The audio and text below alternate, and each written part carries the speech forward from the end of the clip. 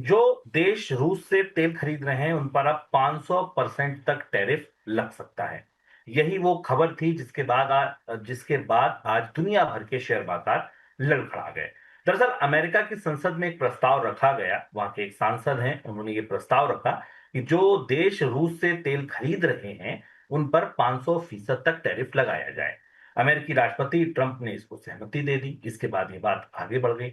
अब रूस से जो तेल खरीदने वाले देश हैं, उनमें भारत, चीन, ब्राजील जैसे बड़े देश शामिल हैं, जो सबसे ज्यादा तेल रूस से खरीदते हैं। सर, कैसे समझा जाए इस खबर को, इस खबर से ज्यादा इस खबर के असर को?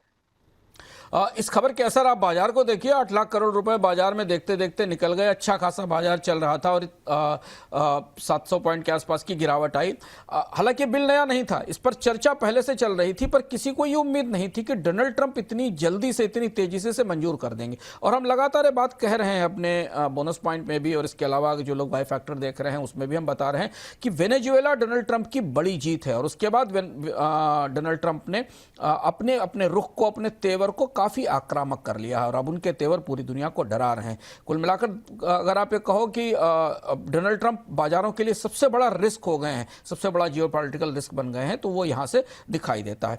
उन्होंने इस बिल को मंजूरी दी। उनका सीधा निशाना भारत था, ब्राजील था, चीन था, क्योंकि यही प्रमुख देश हैं जो रूस से तेल खरीद रहे थे। 500% टैरिफ की बात, हालांकि इसमें प्रावधान किया गया है, लेकिन कानून आ जाने के बाद अब सरकार के पास ये ताकत आ गई है कि वो इस तरीके से के टैरिफ लगा सके।